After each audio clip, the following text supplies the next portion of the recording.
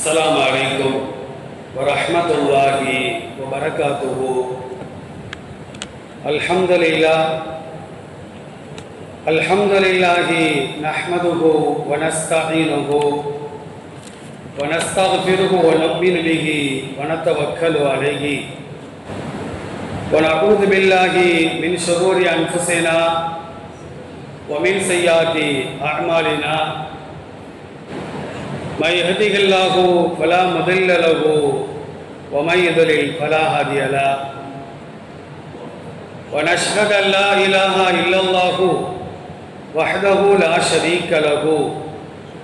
ونشهد أن سيدنا محمدا عبده ورسوله. أما بعد، فقد قال الله تبارك وتعالى في محكم التنزيل والفرقان المجيد: أعوذ بالله من الشيطان الرجيم. إن الله وملائكته يصلون على النبي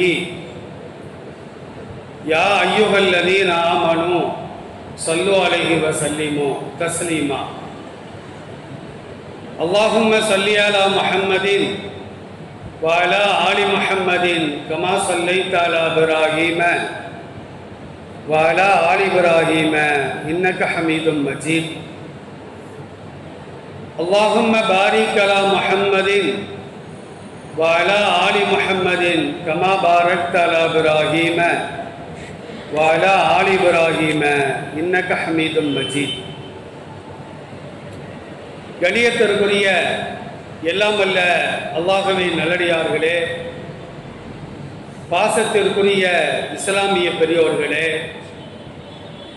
அல்லாஹ்வுடைய மாபெரும் கிருபையினால் சங்கையான ஜும்மாவுடைய நாளையிலே மிகவும் சங்கையான ஒரு இடத்தில் அல்லாஹ் நம்மை எல்லாம் ஒன்று சேர்த்து வைத்ததை போன்று மறுமை நாள் ஆகிரத்தில் நபிகள் நாயகம் ஸல்லல்லாஹு அலைஹி வஸல்லம் அவர்களோடு ஜன்னத்துல் ஃபிர்தௌஸில் அமரக்கூடிய பாக்கியத்தை எல்லாம் வல்ல இறைவன் எனக்கும் உங்களுக்கும் நம் குடும்பத்தாருக்கும் வருங்கால நம்முடைய சந்ததிகளுக்கும் காலம் சென்ற நம்முடைய முன்னோர்களுக்கும் முழுமையாக தந்தருள் புரிவானாக. இந்த உலகில் வாழும் காலமெல்லாம் அல்லாஹ் ரசூலுக்கு கட்டுப்படுவதோடு அவர்களுக்கு மாறு செய்யாமல் முழுமையாக கட்டுப்பட்டு உண்மையான முஸ்லிம்களாக முஃமின்களாக வாழக்கூடிய பாக்கியத்தை நம் அனைவருக்கும் அல்லாஹ் தந்தருள் புரிவானாக. ஆமீன். கணியத்திற்குரிய அல்லாஹ்வின் நல்லடியார்களே, அல்லாஹ் ரப்பல் ஆலமீன் அல் குர்ஆனிலே தன்னை பற்றி அதிகமாக அறிமுகப்படுத்துகின்றார். திருக்குர்ஆனுடைய பக்கங்களை நாம் புரட்டி பார்த்தால் அல்லாஹ் எப்படிப்பட்டவன் என்பதை திருக்குர்ஆனை திறந்து பார்க்கக்கூடியவர்கள் தெளிவாக புரிந்து கொள்வார்கள். ஒரு வசனத்தை நாம் திறந்து பார்க்கின்றோம். திருக்குர்ஆனுடைய 12வது அத்தியாயம் சூரத்து யூசுப், அதிலே 92வது வசனத்திலே அல்லாஹ் சொல்லுகின்றான், ஹுவ அர்ஹமுர் ராஹிமீன், மிகப்பெரிய அருளாளன் என்று அல்லாஹ் சொல்லுகின்றான். அல்லாஹுவை விட அருளாளன், இரக்கம் காட்டக்கூடியவன், கருணை உள்ளவன் உலகத்தில் யாரும் கிடையாது. உலகத்தில் உள்ள எல்லா தாய்மார்களின் கருணையையும் அல்லாஹ்வுடைய கருணையையும் ஒரு பக்கம் வைத்தால் அல்லாஹ்வுடைய கருணை தான் உயர்ந்து நிற்கும்.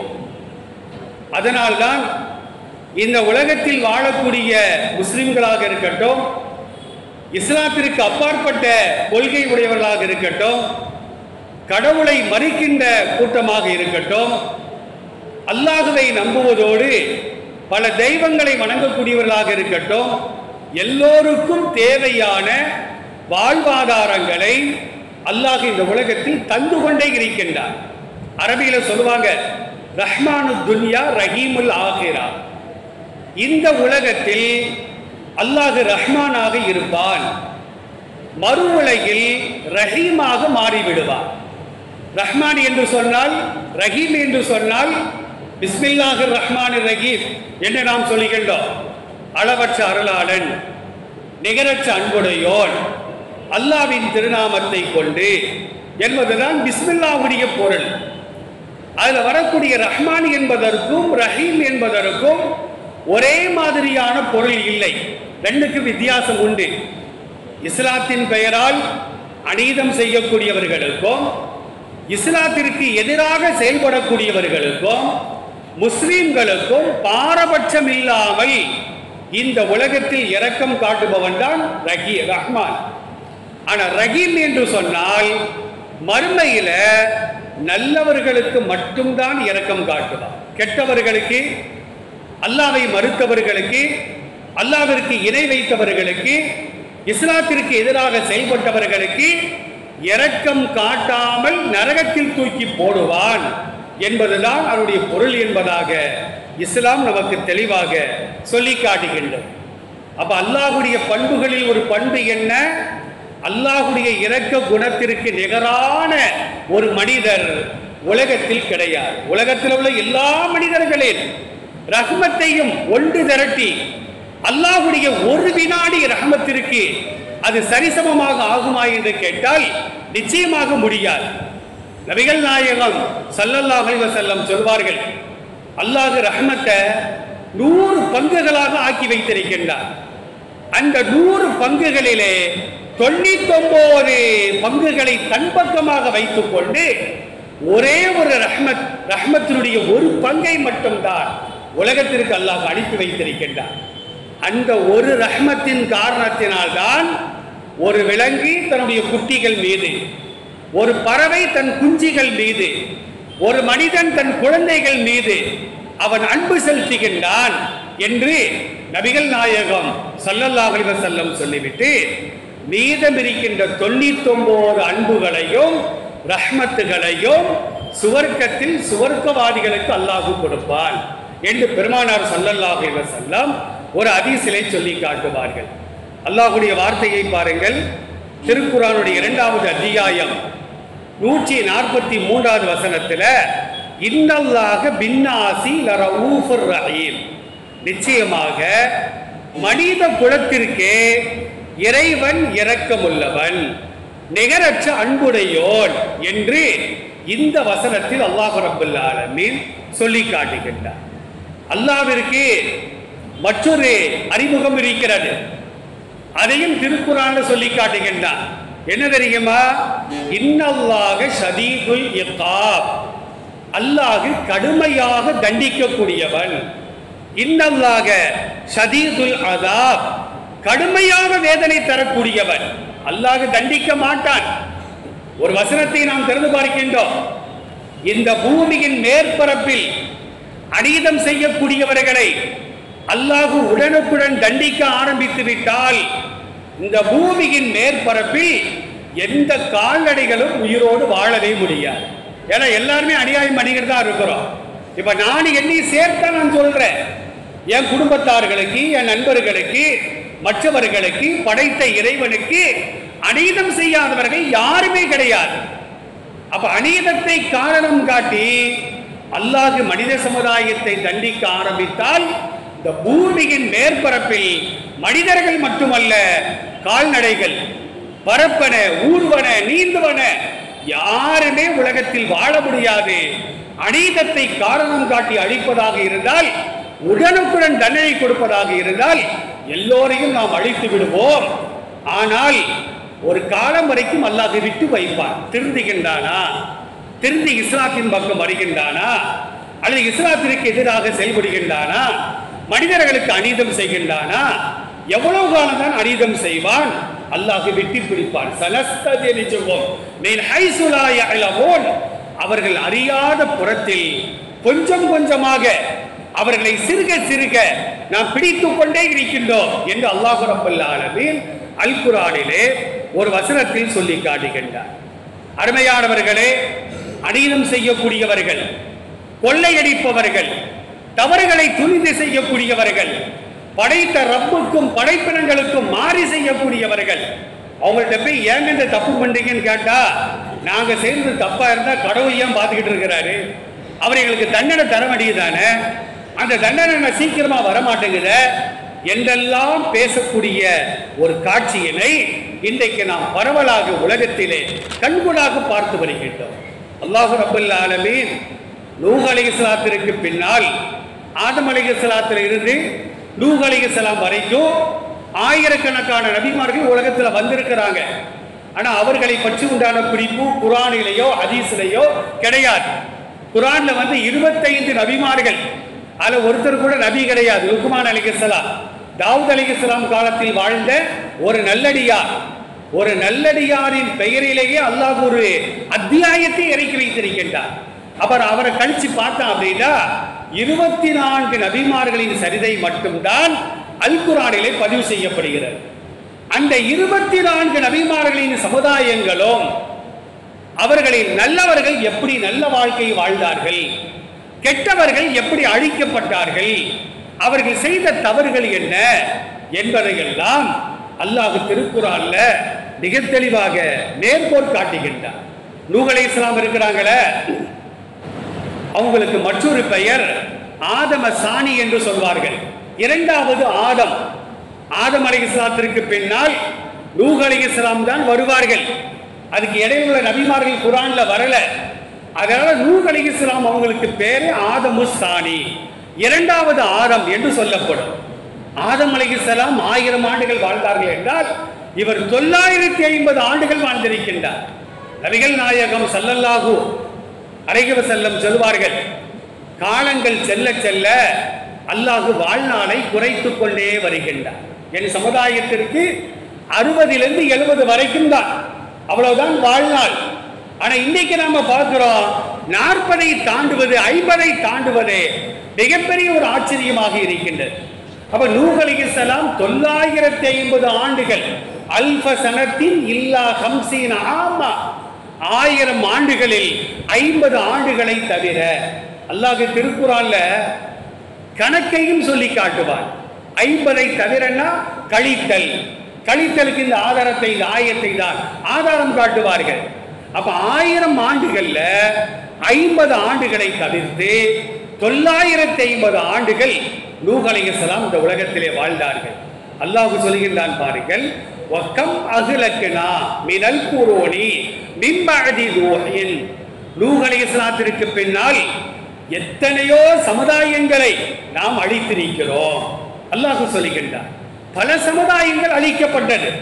ஆனா நாம என்ன தவறு செஞ்சாலோ அல்லாஹ் தனிநபருக்குத்தான் தண்டனையை கொடுப்பானே தவிர, ஒரு ஊருக்குத்தான் தண்டனையை கொடுப்பானே தவிர, கலிபோர்னியா மாதிரி ஒரு மாகாணத்திற்குத்தான் தண்டனையை கொடுப்பானே தவிர ஒட்டுமொத்த சமுதாயத்திற்கு மொத்தமாக தண்டனையை கொடுக்க மாட்டான். ஏன்னா ரசூலுல்லாஹ்வுடைய துவா நம்மை பாதுகாத்துக் கொண்டிருக்கிறது. என் சமுதாயத்தை ஒட்டுமொத்தமாக நீ அழித்து விடாதே அப்படின்னு ரசூலுல்லாஹ் செஞ்ச துவா தான் நாம அளவில மோசடி செய்கிறோம், விபச்சாரம் செய்கிறோம், கொலை செய்கிறோம், கலப்படம் செய்கிறோம், கொள்ளை அடிக்கிறோம், ஏமாத்துறோம், அல்லாஹ்விற்கு இணை வைக்கிறோம். முந்தைய சமுதாயங்கள் ஒவ்வொரு சமுதாயமும் செய்த எல்லா தவறுகளையும் ஒட்டுமொத்தமாக பார்ப்பதாக இருந்தால் இந்த சமுதாயத்தில் பார்த்தால் போதும். ஒருத்தன் தண்ணி அடிக்கிறான், பொங்கலை முன்னிட்டு நமக்கு என்னென்ன இருக்குது? ஒரு 4 இஸ்லாமியர்கள் நடு ரோட்ல படுத்து கிடக்கான், பொங்கல் அன்னைக்கு தண்ணி அடிச்சுக்கிட்டு. அது நம்முடைய பண்டிகையா? சரி, பண்டிகையாவே இருக்கட்டுமே, தண்ணி அடிப்பதற்கு ஆதாரம் இருக்கிறதா கேட்டா நாங்க ஜாலியா தமிழர் திருநாள கொண்டாடுறோம் என்றெல்லாம் இஸ்லாமிய சமூகம் சொல்லக்கூடிய ஒரு காட்சியை நாம் பார்க்கின்றோம். அருமையானவர்களே, அல்லாஹ் சொல்லுகின்றான், நூஹ் அலைஹிஸ்ஸலாத்திற்கு பின்னால் எத்தனையோ சமுதாயங்களை முழுமையாக நாம் கருவறுத்தோம், மூமீன்களை காப்பாற்றினோம். மூமீன்கள் அல்லாத இஸ்லாத்திற்கு எதிராக எவன் செயல்பட்டானோ, ஒரு நபியின் மனைவி உள்பட அல்லாஹ் சொல்லுகின்றார். நூஹ் அலைஹிஸ்ஸலாமுடைய மனைவி இருக்கிறாங்களே, லூத் அலைஹிஸ்ஸலாமுடைய மனைவி இருக்கிறாங்களே, இந்த 2 பேரையும் அல்லாஹ் என்ன செய்றான் தெரியுமா? சூரத்து தஹ்ரீர் எடுத்து பார்க்க வேண்டும். 66வது அத்தியாயம் கடைசி வசனங்கள் அல்லாஹ் சொல்வான், தரபல்லாஹு மஸலன் லில்லதீன கஃபரு இம்ராஅத்த நூஹின் வம்ராஅத்த லூத்தின். நூஹ் அலைஹிஸ்ஸலாமுடைய மனைவி, லூத் அலைஹிஸ்ஸலாமுடைய மனைவி, இந்த 2 பொம்பளைங்க தான் உலகத்தில் வாழக்கூடிய இறை மறுப்பாளர்களுக்கு முன்னுதாரணமாக அல்லாஹ் ஆக்குகின்றார். அதே 2 பெண்களை மூமீன்களுக்கு உதாரணமாக கற்பிக்கின்றார். அல்லாஹ் திருக்குர்ஆன்ல ஒரு ஃபிரௌனுடைய மனைவி ஆசியா அம்மா, ஈசா அலைஹிஸ்ஸலாமுடைய தாயார் மரியம் அலைஹிஸ்ஸலாம், மூமீன்களே நீங்கள் மூமீன்களாக வாழ்வதாக இருந்தால் மரியம் அலைஹிஸ்ஸலாத்தை போன்று நீங்கள் வாழுங்கள். ஆண்களோ பெண்களோ நீங்கள் மூமீன்களாக வாழ்வதாக இருந்தால் ஃபிரௌனுடைய மனைவி ஆசியாமாவை போன்று வாழுங்கள். நல்லவங்களுக்கு 2 பொம்பளைகளை தான் உதாரணம் சொல்றார், கெட்டவங்களுக்கு 2 பொம்பளைகளை. அந்த கெட்டவங்களுக்கு உதாரணம் சொல்லப்படுகின்ற பொம்பளைங்க யாரு? ஒரு நூஹ் அலைஹிஸ்ஸலாமுடைய மனைவி, 2வது லூத் அலைஹிஸ்ஸலாமுடைய மனைவி. நபிமார்கள் தங்கள் மனைவிமார்களை கூட நரகத்திலிருந்து காப்பாற்ற முடியாது, தன் மகனை காப்பாற்ற முடியாது, தன் தந்தையை காப்பாற்ற முடியாது. திருக்குர்ஆன் சொல்லி காட்டுகிறார். அப்ப நபிமார்களே நம்மளை நரகத்தை விட்டும் காப்பாற்ற முடியாது அப்படின்னா மற்றவங்க நம்ம காப்பாற்ற முடியுமா? தன்னுடைய மனைவி மகள் ஃபாத்திமாவை பார்த்து ரசூலுல்லாஹ் சொல்றாங்க, மகள் ஃபாத்திமாவே, நீ அகில உலக தலைவர் பெருமானாருடைய மகளாக இருக்கலாம், ஆனா மறுமைக்கு உன் கேள்விக்கு நீ தான் பதில் சொல்லணும், நான் உடைய காப்பாற்ற முடியாது. உன் கபருக்கு நீ தான் பதில் சொல்லணும். மறுமையில் அல்லாஹ் விசாரிக்கும் பொழுது நான் ரசூலுல்லாஹ்வுடைய மகள் எடுபடாது. ஓண்ட அல்லாஹ் கேள்வி கேட்டா உன்னுடைய ஈமானை, உன்னுடைய அமலை, உன்னுடைய இபாதத்தை அதைத்தான் நீ காரணம் காட்ட முடியுமே தவிர ரசூலுல்லாஹ்வுடைய மகள் என்பதற்காக போமா நீ சொர்க்கத்துக்கு போமா, நீ ஏமா லைன்ல நிக்கிற தேசங்களில் தெரிஞ்சவங்களை தள்ளி விட்ட மாதிரி அல்லாஹ் தள்ளி விடுவானா? நிச்சயமாக விடமாட்டான் என்பதையும் பெருமானார் ஸல்லல்லாஹு அலைஹி வஸல்லம் தெளிவாக சொல்லி காட்டுவார்கள்.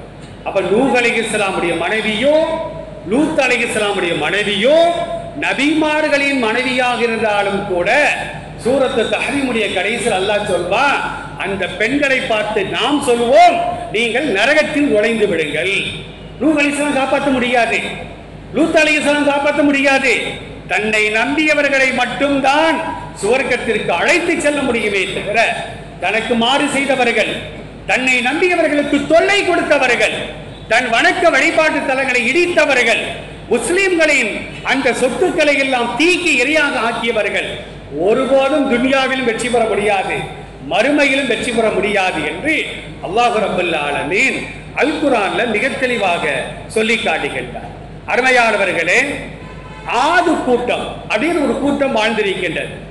ஆது கூட்டத்தை போன்று உயரமானவர்கள், திடகாத்திரமானவர்கள், பலசாலிகள் உலகத்துல யாருமே கிடையாது அப்படின்னு அல்லாஹ் திருக்குர்ஆன்ல ஒரு வசனத்திலே சொல்லி காட்டுகின்றார். அவங்களுக்கு நபியாக அனுப்பப்பட்டவர் ஹூத் அலைஹிஸ்ஸலாம்.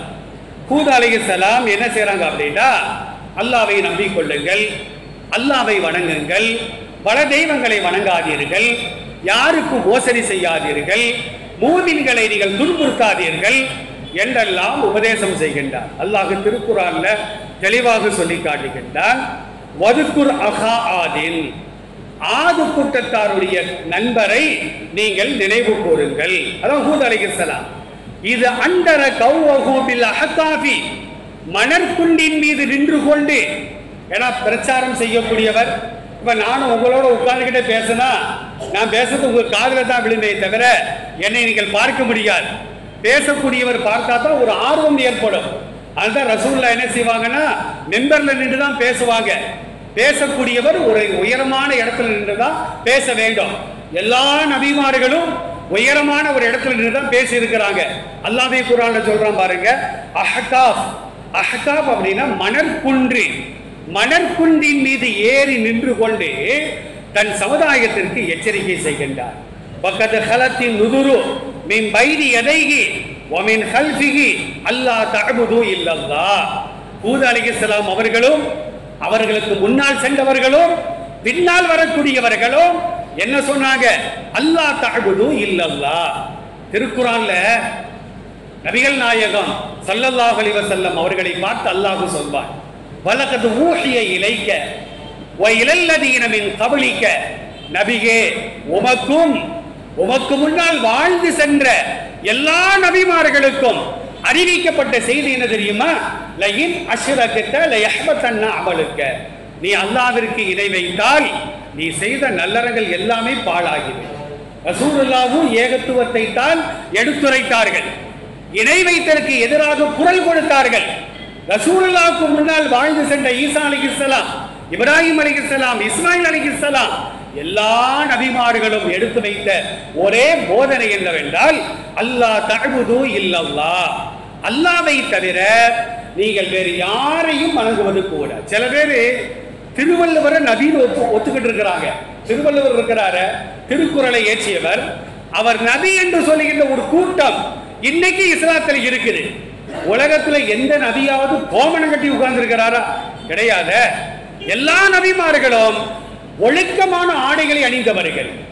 திருவள்ளுவர் என்பவர் நபி அல்ல, திருக்குறள் என்பது ஹதீஸும் அல்ல, அது நபி மொழியும் அல்ல என்பதை நாம் ஆழமாக பதிய வைத்துக் கொள்ள வேண்டும். அப்ப அல்லாஹ் ரப்பல் ஆலமீன் அந்த ஹூத் அலைஹிஸ்ஸலாம் சொல்றாங்க, இன்னி அகாஃபு அலைக்கும் அதாப யௌமின் அலீம். அதாவது மகத்தான ஒரு நாளையில், மறுமை நாளையில் நீங்கள் தண்டிக்கப்படுவீர்கள் என்று நான் பயப்படுகிறேன் அப்படின்னு ஹூத் அலைஹிஸ்ஸலாம் சொன்னாங்க. பொதுவாக இன்னைக்கு சில பேர் தொழுகை கூட்டு பாருங்களேன், அவங்க என்ன சொல்லுவாங்க தெரியுமா? என்கிட்டயும் சொல்லி இருக்கிறாங்க, அதனால் தொழுது நம்ம என்னத்தை கண்டோம்? தொழுதவனை விட தொழுகாதவன் தான் வசதியா வாழ்ந்துகிட்டு இருக்கிறான். தொழுகிறவங்க தான் வறுமையில வாடுறாங்க.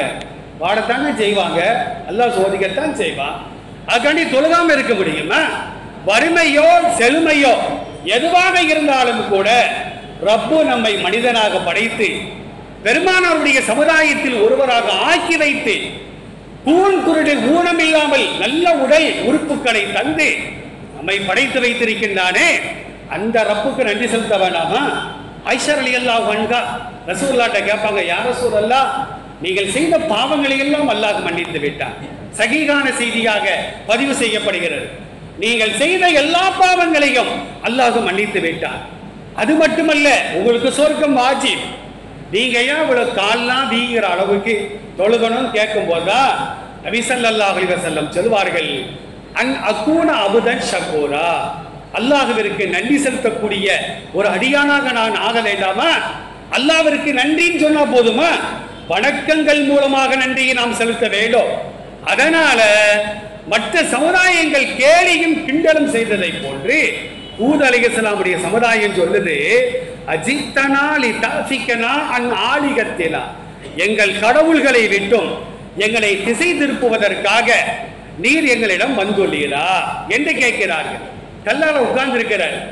தப்லீக் ஜமாத்துக்காரங்க போய் அழைக்கிறாங்க, ஆலிம்கள் போய் தொழுகை கூப்பிடுறாங்க, எங்க வியாபாரத்தை கெடுக்க வந்திருக்கீங்களா நீங்க? அவன் என்ன கேட்டான்? எங்கள் கடவுளை விட்டும் திசை திருப்புவதற்காக. ஆனா இவங்களுக்கு கடவுள் எது?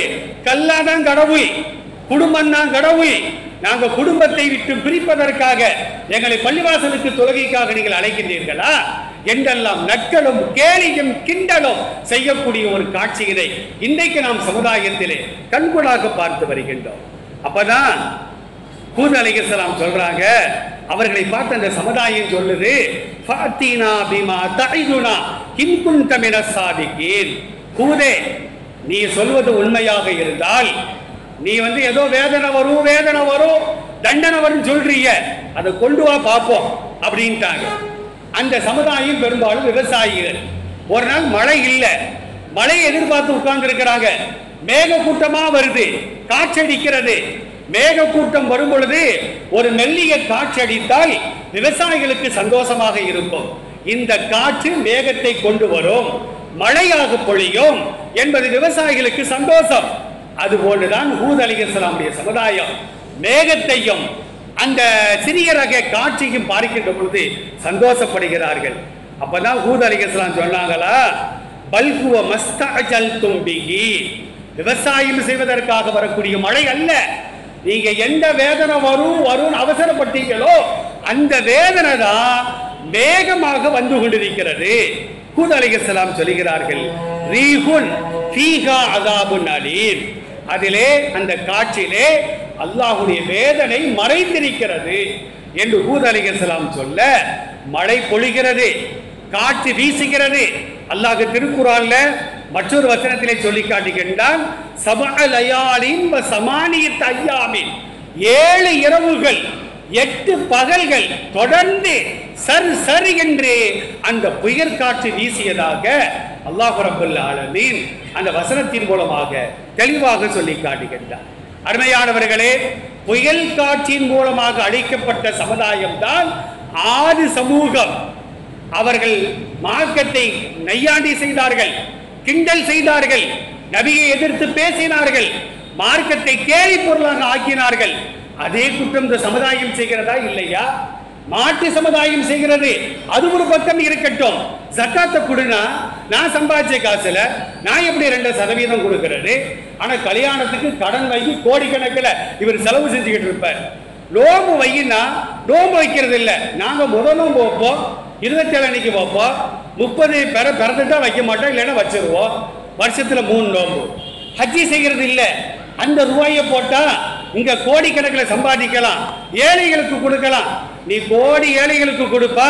படைத்த ரப்பு முதலாக உலகத்தில் மனிதர்கள் வணங்குவதற்காக எழுப்பப்பட்ட ஆலயத்தை தரிசிப்பதை போன்று வேற எந்த ரூபாயும் வராது. இதை கூட சில பேர் கேட்கிறாங்க, எனக்கு புள்ள பிறந்திருக்கு, அக்கீக்கா கொடுக்கணும், அக்கீக்கா கொடுக்காம அந்த ரூபாயை சதகா செய்யலாமான்னு கேட்கிறாங்க.